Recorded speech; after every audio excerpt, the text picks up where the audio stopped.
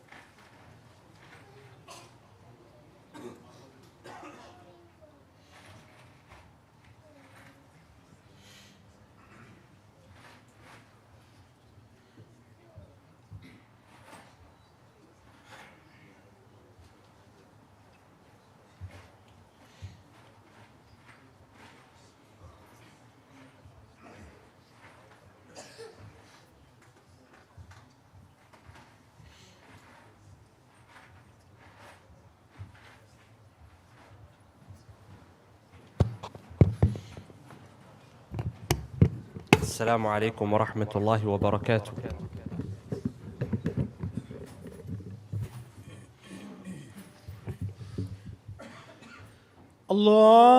الله أكبر الله أكبر الله أكبر الله أكبر أشهد أن لا إله إلا الله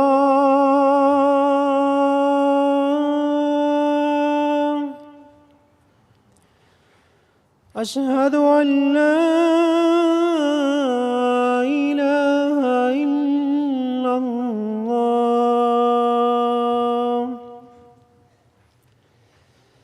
أشهد أن محمدًا رسول الله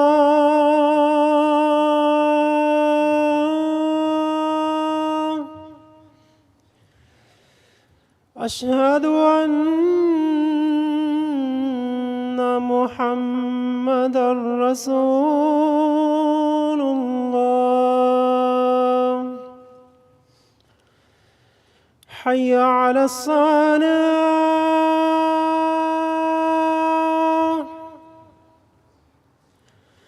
حي على الصلاة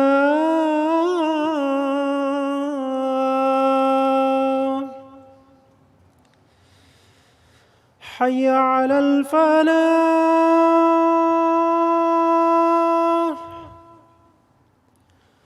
حي على الفلاح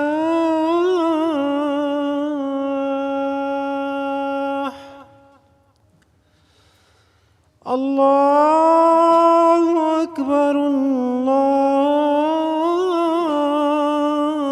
الله أكبر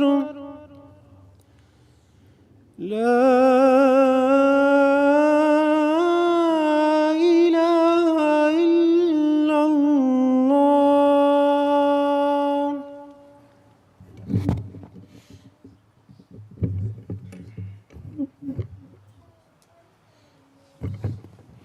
إن الحمد لله نحمده ونستعينه ونستغفره ونعوذ بالله من شرور أنفسنا ومن سيئات أعمالنا. من يهده الله فلا مضل له ومن يضلل فلا هادي له، وأشهد أن لا إله إلا الله وحده لا شريك له، وأشهد أن محمدا عبده ورسوله. يا أيها الذين آمنوا اتقوا الله حق تقاته ولا تموتن إلا وأنتم مسلمون. أوصيكم ونفسي بتقوى الله تعالى، فإن الله تعالى مع المتقين. وبعد, Allah subhanahu wa ta'ala, He says, إن الله يأمركم أن تؤدوا الأمانات إلى أهلها وإذا حكمتم بين الناس أن تحكموا بالعدل. Allah subhanahu wa ta'ala, He gives us two core elements that make up a foundational part of our deen. Number one, al-amana. Allah subhanahu wa ta'ala informs us that He has commanded us أن تؤدوا الأمانات إلى أهلها, to give that which we have been given in responsibility as a trust back to those whom are deserving of it. And also to be just when giving our opinion, when judging in matters between parties, between people, and so on and so forth. To be responsible and to be trustworthy and to be just, unbiased. Allah subhanahu wa ta'ala says, وَلَا يَجْرِمَنَّكُمْ شَنَآنُ قَوْمٍ عَلَىٰ أَنْ لَا تَعْدِلُوا اعْدِلُوا هُوَ أَقْرَبُ لِلتَّقْوَى. Allah subhanahu wa ta'ala, He tells us, do not allow the transgressions of a people to lead you into being unjust with them. Be just, because it's closer to piety and taqwa. And the Prophet ﷺ, he said, أَوَّلُ مَا تَفْقِدُونَ مِنْ دِينِكُمْ الْأَمَانَةِ وَآخِرُهُ الصَّلَاةِ. He said, alayhi salatu salam, the first of what you will lose from your deen, أَوَّلُ مَا تَفْقِدُونَ, that which you will lose from your deen, is al-amana, trustworthiness. وَآخِرُهُ الصَّلَاةِ, and the last of it is your prayer. If we look to our communities today, can we say that we are trustworthy? If we look to ourselves as individuals, can we say that we are trustworthy? That we are responsible? That we uphold that which we have been entrusted with of responsibility? And when we look at al-amana, trustworthiness, the ability to uphold one's responsibilities, there are multiple areas to be addressed.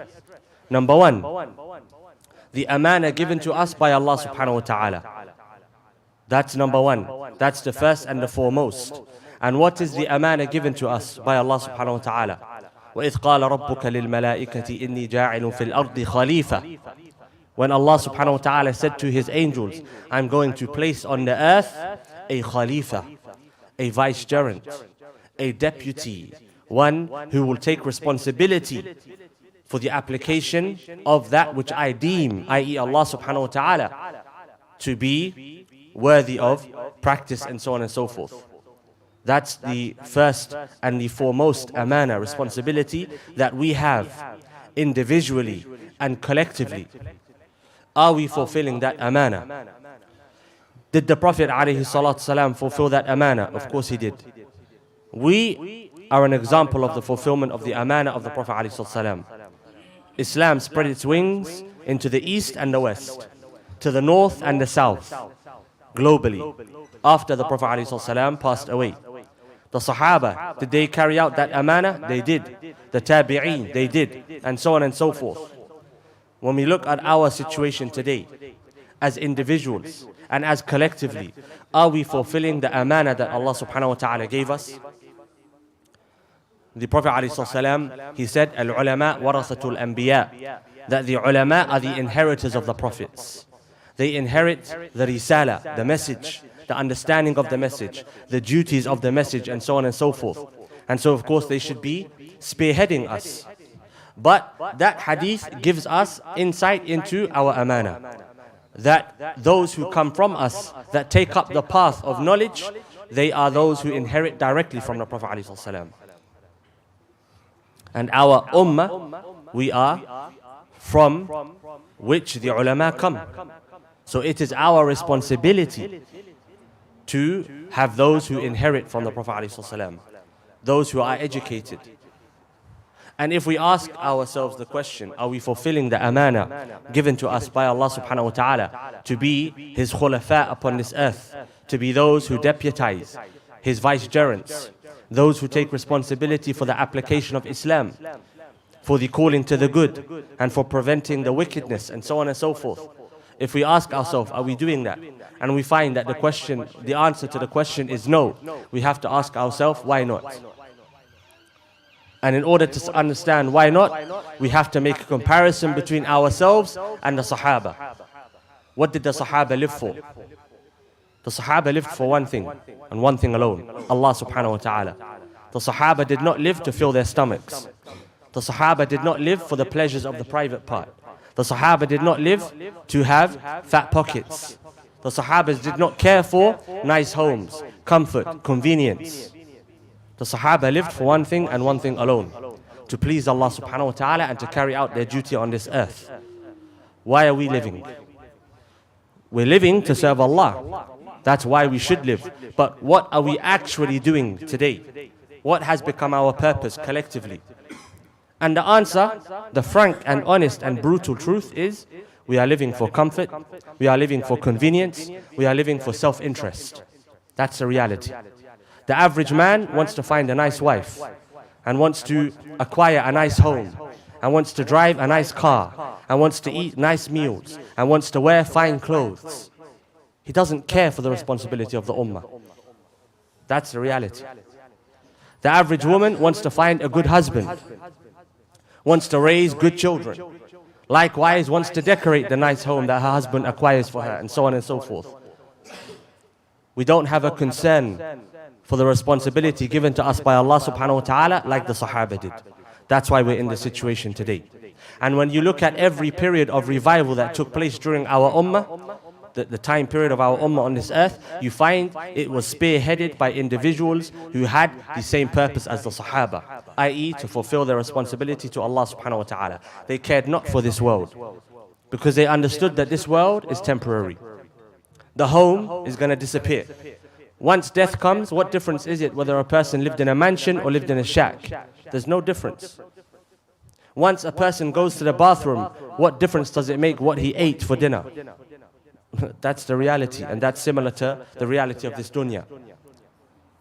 That's the first amana, and that's the most important amana. We have to ask ourselves, collectively and individually, are we fulfilling that amana? If not, the reality is we've become attached to this dunya. And so the next question should become, how do I detach myself from this dunya? The second area of responsibility for the man, his wife, his children.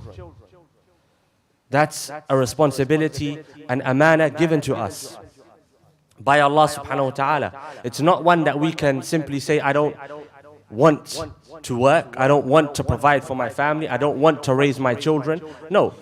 If you're man enough to have children, you should be man enough to raise them. If you're man enough to get married, then you should be man enough to go out, work, and provide for your wife.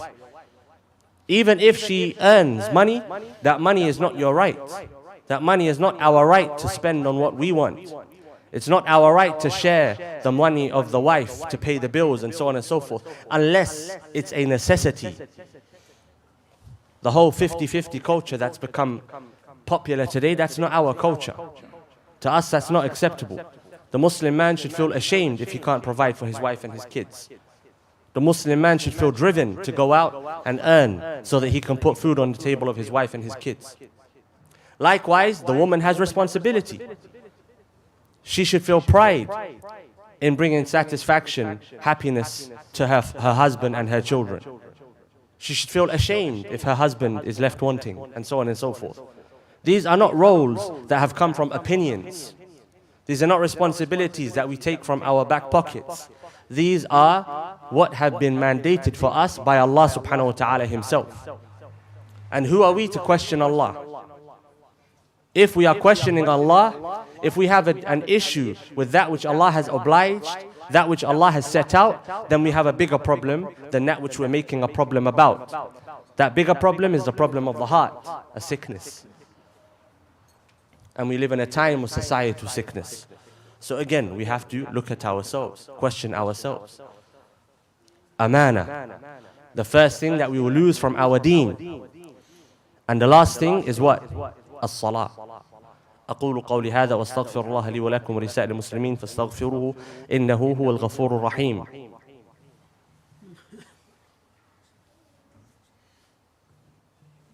الحمد لله وحده وصلوات ربي وسلامه على أشرف الأنبياء ومن تبعه وبعد. Every person should look to themselves. If I say a word, do I keep it? If I speak, am I telling the truth? If someone asks me to carry something out and I agree, do I carry it out? Can I be relied upon? Am I trustworthy? If not, it needs to be rectified immediately. And if I am a person who prays, but I'm a person that's untrustworthy, I should be afraid that next I'm going to lose my salah. That's what I should be scared of.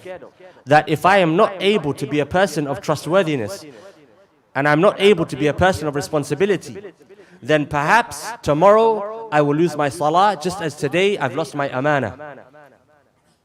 That's the way that we should be thinking. And if I lose my salah tomorrow, the day after, perhaps it's my deen. وَالْعِيَاذُ بِاللَّهِ. As the Prophet ﷺ said, الْعَهْدُ الَّذِي بَيْنَنَا وَبَيْنَهُمْ الصَّلَاةِ فَمَنْ تَرَكَهَا فَقَدْ كَفَرَ. He said the difference between the Muslim and the non-Muslim is the prayer. And so the one who leaves it, he's treading a path that leads to disbelief. He's treading a path which is dangerous. And you will not find a person from within our community that is engaging in problematic actions, except that you will find they do not pray regularly or they are not praying properly. That's 100% truth. The salah cannot be underestimated. The salah is our pillar. It's what connects us to Allah subhanahu wa ta'ala 5 times a day. And amana is what gives us strength in society. If we were to follow the guidance of Allah subhanahu wa ta'ala in being upright and responsible and truthful and trustworthy, our society today would be completely different. And I will conclude with reminding all of us of an incident regarding the Prophet ﷺ. When he was driven out of Mecca by Quraysh, he was driven out of his homeland and his heart was broken at having to leave. Driven out by those who could be considered his family, his kin. He was slandered. Some of his companions were killed, murdered, martyred. But yet the Prophet ﷺ left Ali radiallahu anhu behind in Mecca. One of the reasons so that the Prophet ﷺ could return to the people of Quraysh that which they had left with him in amana. That which had been entrusted to him of property, the Prophet ﷺ stayed behind so that he could return that property. He left Ali behind, so that Ali could return that property to those whom entrusted the Prophet ﷺ with it. Fulfillment of amana, even with a person perceived to be an enemy. And yet, unfortunately today, amongst ourselves, we are not trustworthy with each other. We take money from each other and we don't pay it back. and so on and so forth. May Allah subhanahu wa ta'ala rectify us. May Allah subhanahu wa ta'ala grant us the ability to be people of amana and people of salah. اللهم صل على محمد وعلى آل محمد كما صليت على إبراهيم وعلى آل إبراهيم إنك حميد مجيد وارض اللهم عن أبي بكر وعن عمر وعن عثمان وعن علي وعن سائر الصحابة أجمعين. اللهم تب علينا واعف عنا. اللهم اجعلنا من المقيمين الصلاة يا رب العالمين. اللهم اجعلنا من مقيمين الصلاة وذريتنا. اللهم تب علينا وتقبل منا وأقم الصلاة.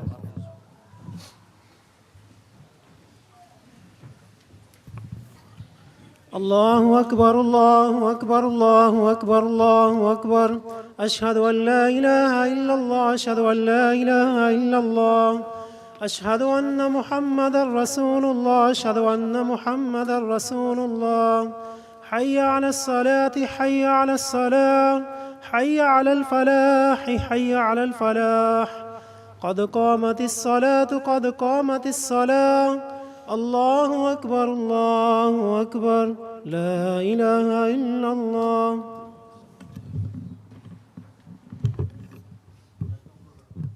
Stow, اعتدلوا, straighten the lines, switch off your mobile phones. Allahu Akbar.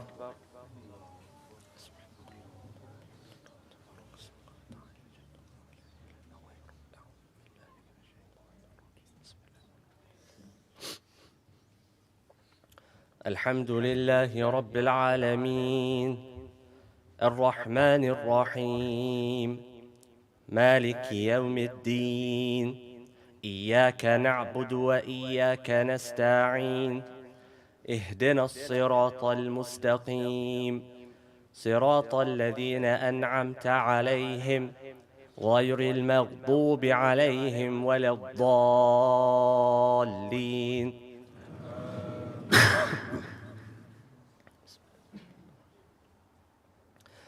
الله ولي الذين آمنوا يخرجهم من الظلمات إلى النور والذين كفروا أولياؤهم الطاغوت يخرجونهم من النور إلى الظلمات أولئك أصحاب النار هم فيها خالدون. الله أكبر.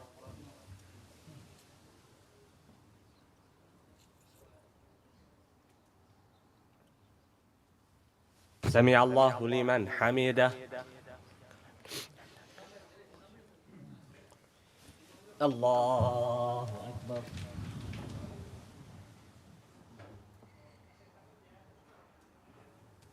الله أكبر. الله أكبر.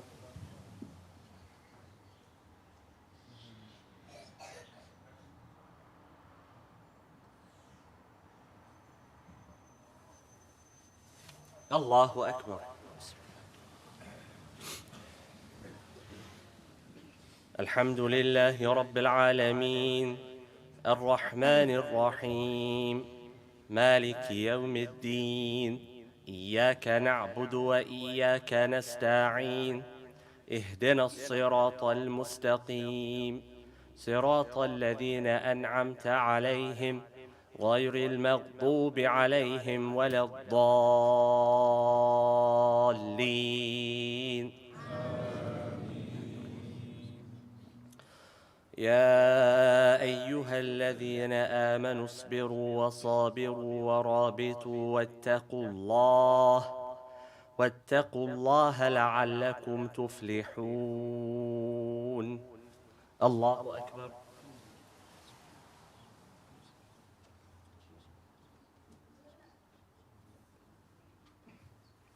سمع الله لمن حمده.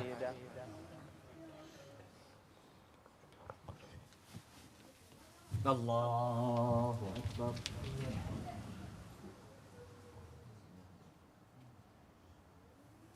الله أكبر. الله أكبر.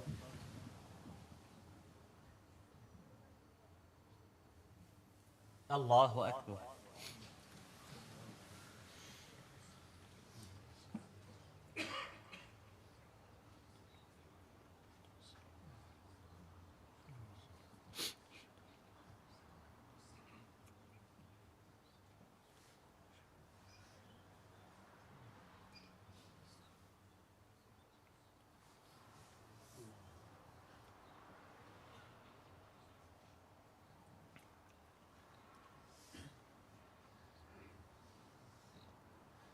السلام عليكم ورحمة الله. السلام عليكم ورحمة الله.